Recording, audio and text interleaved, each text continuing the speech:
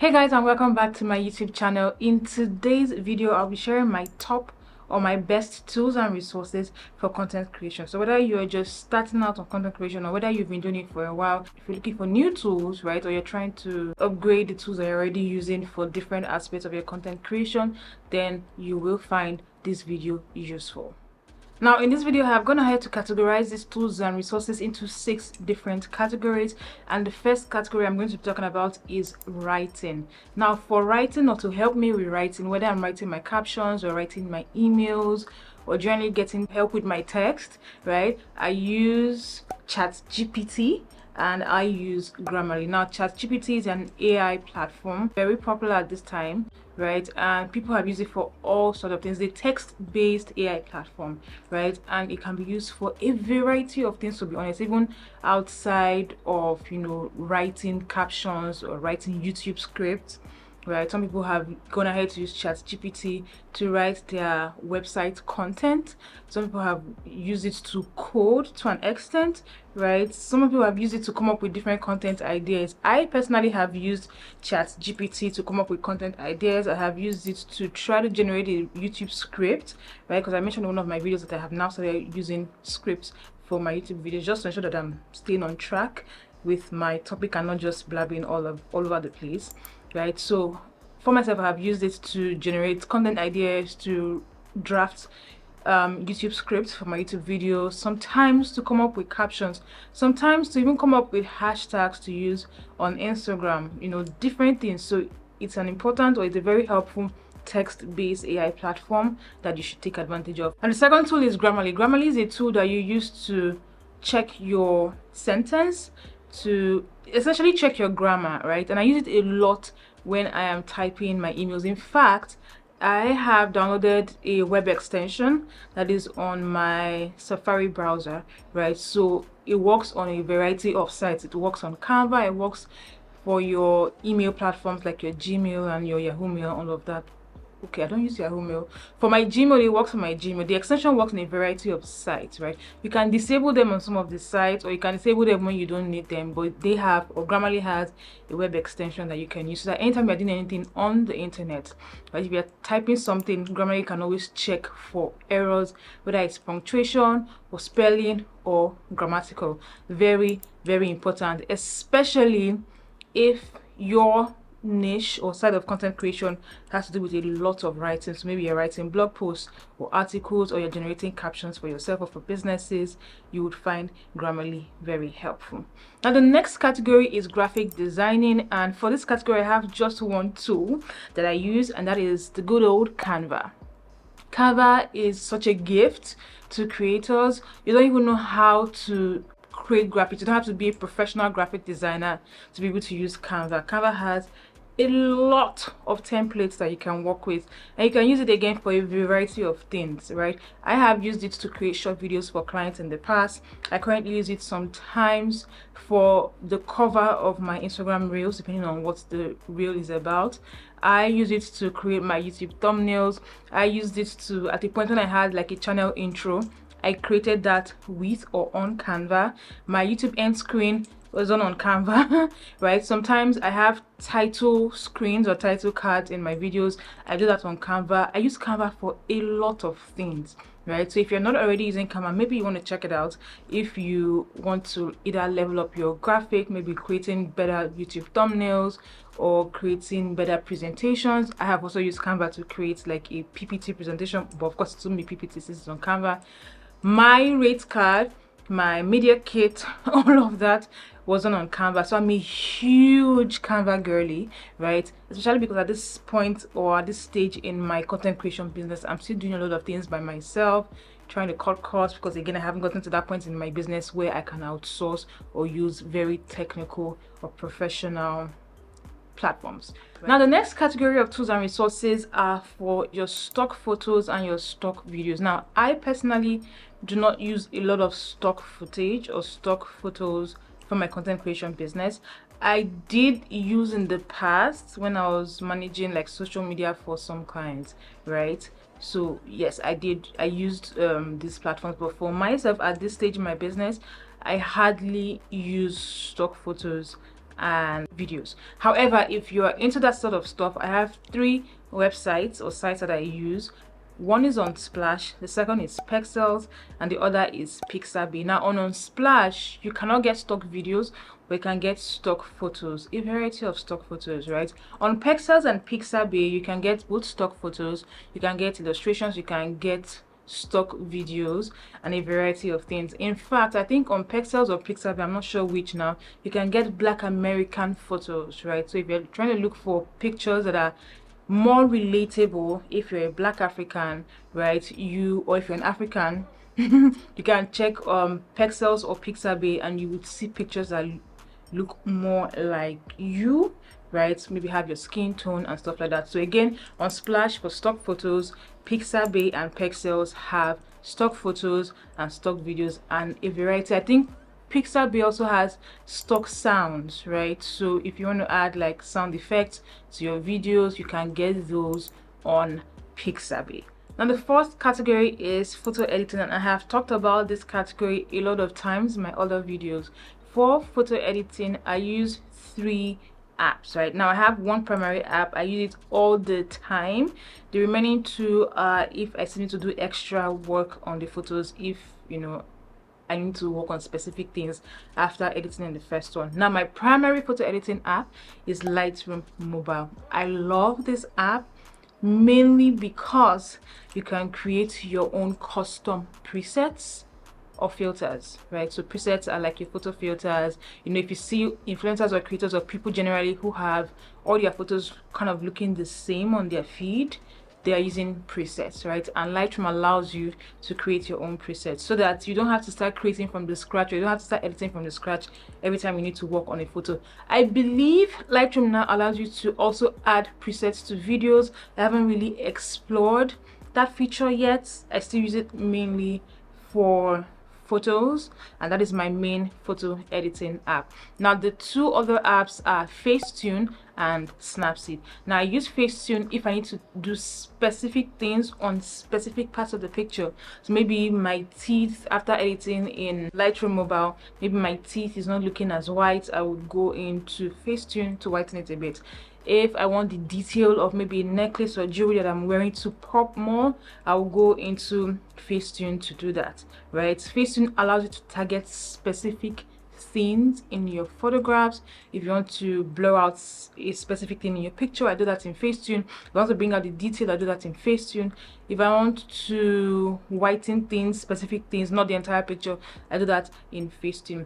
Now Snapseed is also a very helpful tool, right, for photo editing, but again, that's not my main photo editing app or tool. I use that if I want to enhance the general ambience of a photograph, right? That's the main thing I use Snapseed for. I also use Snapseed if I want to heal certain parts of my picture. So maybe I want to remove, there's a picture I took one time of a rainbow, and the sky had a lot of like wires, those electricity wires, poles and wires, and the whole picture was looking messy. So I went into Snapseed to remove those wires. So that's the sort of thing I do in Snapseed. Snapseed is a very helpful tool. You can use it for your double exposure. For instance, I have done a tutorial on Instagram on using Snapseed to clone myself in a photograph, right? I'm going to put pictures of those photographs. I used Snapseed to do or to create all of these photographs, right? So if you're into that sort of thing, then you will enjoy Snapseed. Now, just for the record, all of these apps, right, have free and paid versions. However, I'm using the free versions for all of them, right? All of them, whether they are web extensions, whether they are website tools, I'm using the free versions for all of them, and it is giving me the best, at least at this stage of my content creation business. Now, after photo editing, the next category is video editing. And for this, I have 2 major video editing apps or tools. Now, the first is for when I'm editing videos on my phone. So let's say I've used my phone to create content. I sometimes do not see the need of transferring content or footage from my phone to my laptop. So I edit on my phone, and for that I use InShot. InShot is easy to use. It is a fantastic app. It has been around for quite a while, and I'm happy that they keep adding new features and updating the app just to accommodate other editing features or things that people would want to do within the app, right? Again, this app has a free and paid version.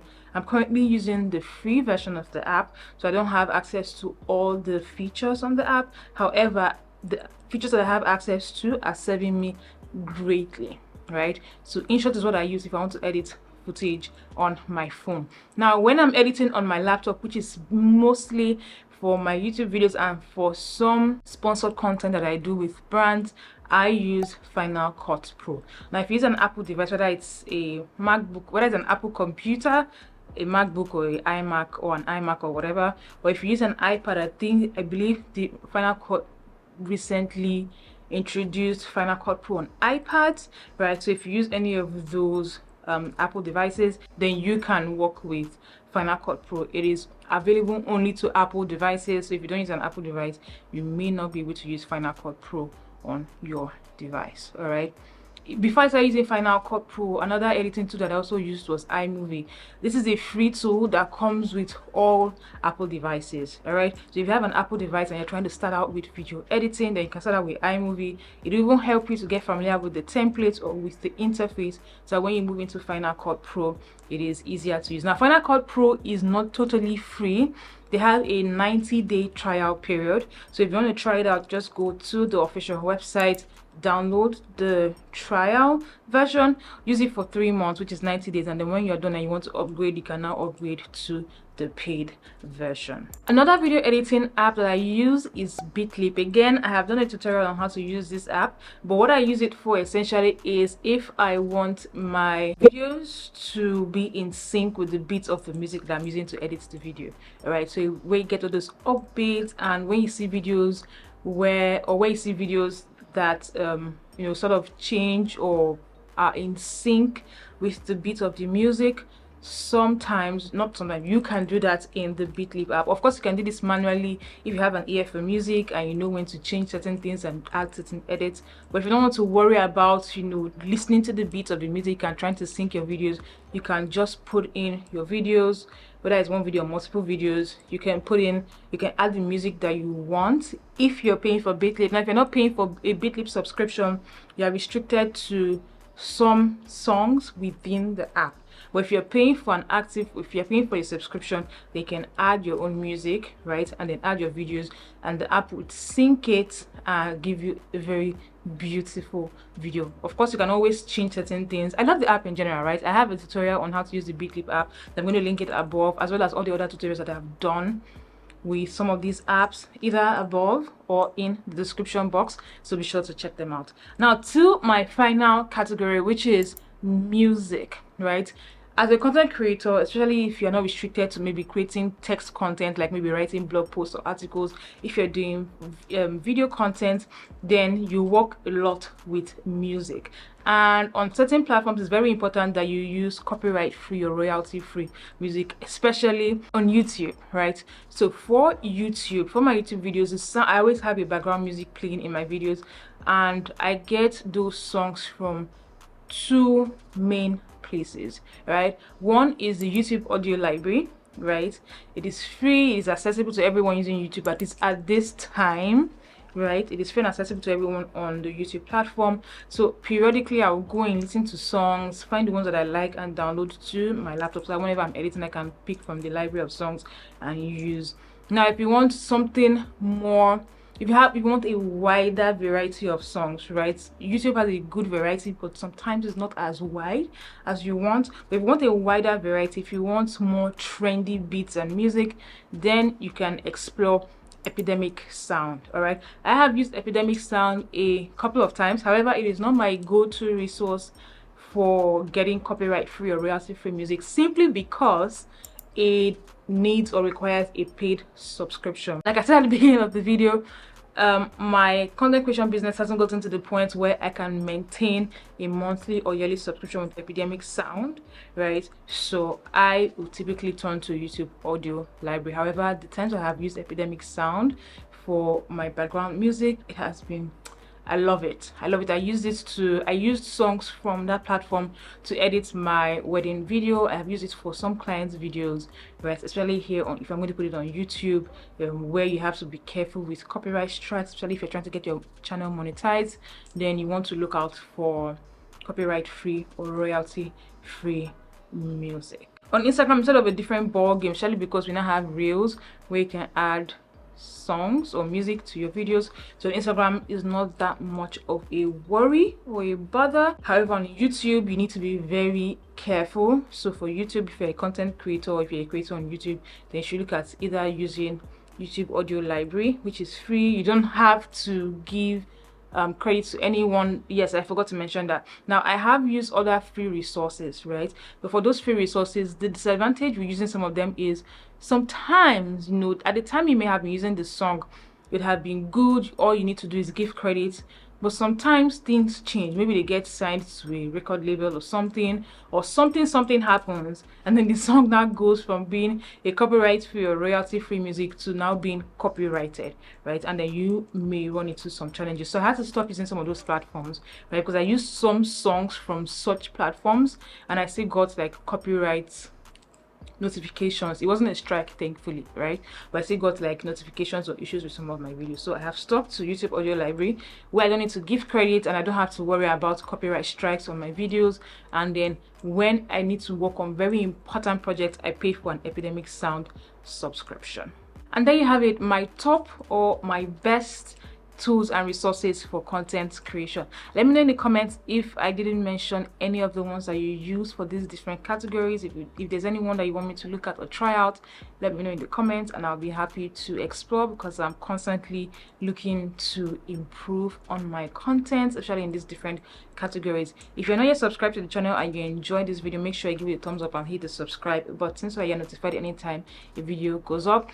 Also feel free to check out my content creation playlist that has other videos or similar videos like this one, where I talk about tools and resources and things that can help you on your content creation journey. And I'll see you in that video or in my next video. So then stay safe, stay fabulous, stay blessed. Goodbye.